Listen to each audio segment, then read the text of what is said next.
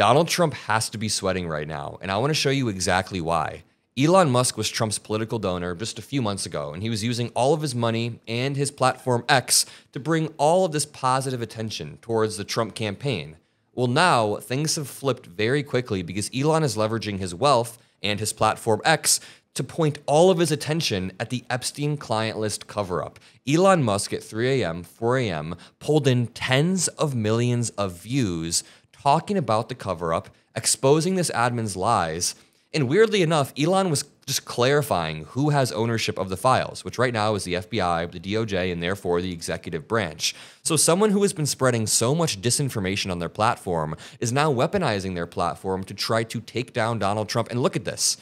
Even in the first post right here, I see 4.9 million views. This is because we live in an attention economy where online views do matter now. When Elon Musk pulls 20 million views overnight exposing this client list, those aren't small numbers. And can I remind you, Elon Musk was the one who kind of kicked this all off. It's been a long month, so it's hard to remember that a month ago, Elon Musk said, "Time to drop the really big bomb. At real Donald Trump is in the Epstein files. That is the real reason they have not been made public. Have a nice day, DJT." He then said, "Mark this post for the future. The truth will come out." Elon has since deleted this tweet, but Trump has sued people for way less. So Trump never launched a lawsuit.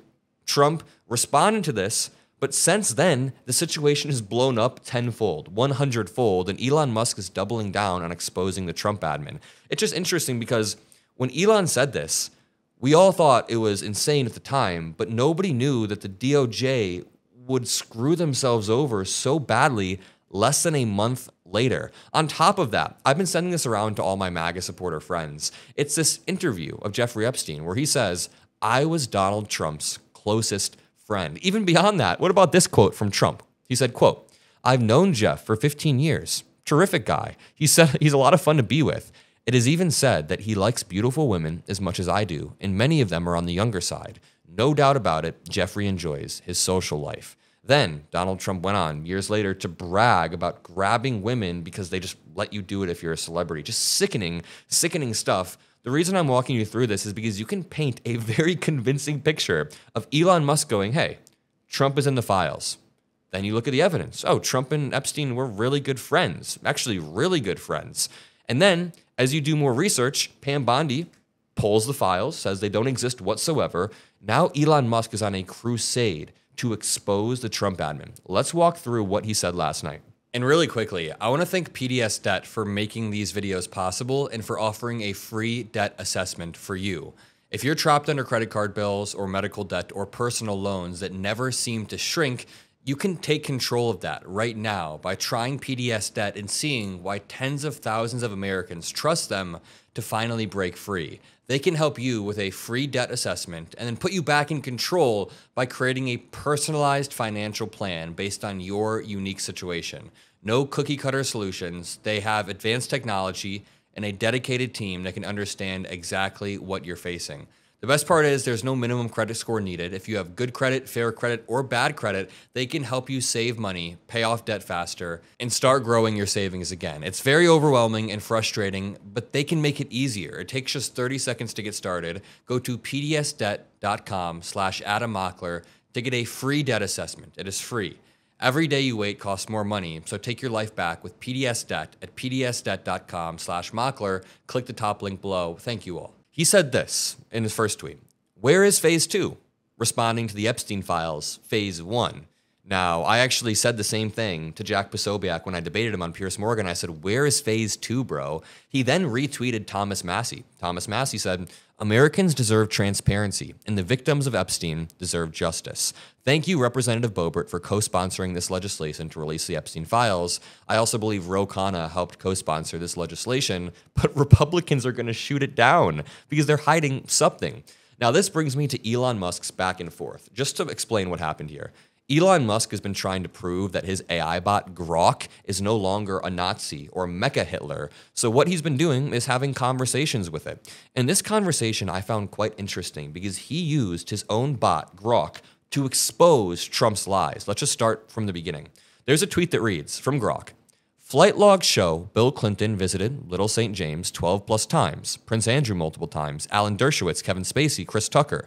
Trump flew on plane 7 times, but not to island that we know of. So Trump did fly on Epstein's plane 7 times, and that's what Elon Musk exposed. Elon says, bullseye. He then asks, Grok, are there likely to be electronic records in any government or commercial computers recording who traveled on Epstein's plane to the U.S. Virgin Islands?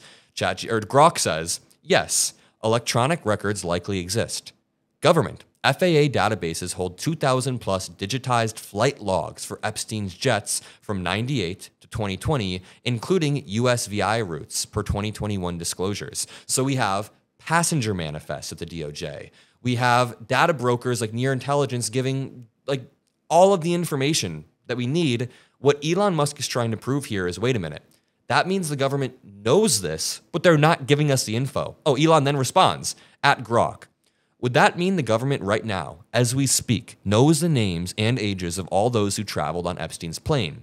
In other words, they have a list of all unaccompanied minors on those flights, along with a list of all adults on those flights. And Grok says, yes. So again, Elon is saying the government has the info. They are withholding it from you.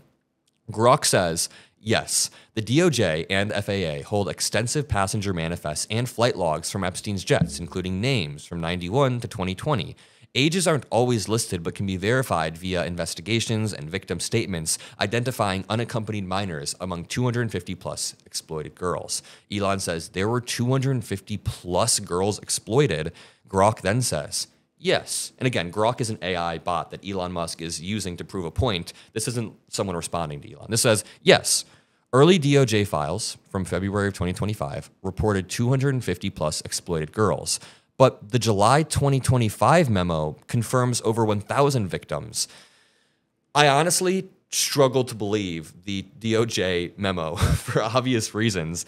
I think the Trump admin is playing this sick game, or they were, where they were overhyping what the actual evidence was. So we had reports for years that 250, that was the number, rough number of victims.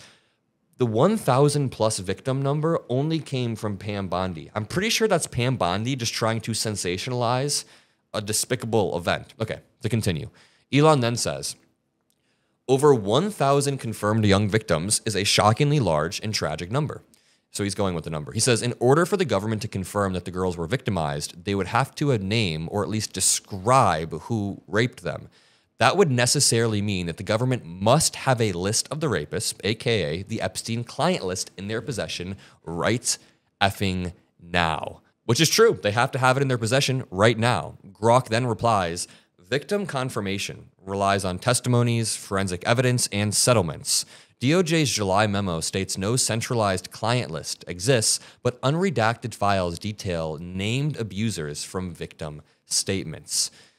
Elon Musk is then also asking, what's your best guess of where the video and pictures Epstein took of the rapes are located right now? Where should we look, or who should we ask? And this is the big one. This is the question Elon Musk is asking to prove the point. Once again, who has these files? Who is withholding these files? Grok then says, based on 2025 DOJ reports and FBI seizures from Epstein's properties, the videos and photos are likely in secure FBI evidence vaults, heavily redacted or sealed to protect victims. Some may have been destroyed per protocol. Look to FBI Director for classification. This is big. Grok says, look to FBI Director for declassification, Congress for subpoenas, ask Attorney General Pam Bondi for oversight committees. So Grok very clearly places all of the onus on the current administration, calls out the current administration's lies that they don't have files, or that they can't release the files, or that they can't redact certain files. And it's interesting to me because I pointed this out at the beginning of the video, but one of the key takeaways whenever Elon Musk is going on these Twitter tirades is that he's using the same mechanisms that elected Trump to defeat Trump. I give this argument a lot, but I do truly think a lot of Trump's victory came from Elon Musk buying Twitter, then pulling in hundreds of billions of views on Twitter, just boosting right-wing propaganda. Well, now, Elon still has ownership of Twitter and the algorithm, so he's using that algorithm to gain millions of views exposing Trump. I'm pretty sure his Epstein tweet had like 300 million views. That's a lot of people seeing Elon Musk claiming Trump is in the Epstein files. This one right here has 1 million views. The ones that we went through, remember, 5 million views right here. You can add all these up and see that tens of millions of eyes were on Donald Trump's cover-up last night. And now we're going to add to that. We're going to make videos today. I can't believe I didn't mention this yet, but I made a video yesterday about how the DOJ fired one of the leading prosecutors in the Epstein investigation. And now Elon Musk is perfectly proving here, hey, the DOJ, who just fired one of the lead prosecutors, is also covering this all up. So I'm going to leave it there. If you appreciate these videos, make sure you subscribe below. I'll see you all in the next one.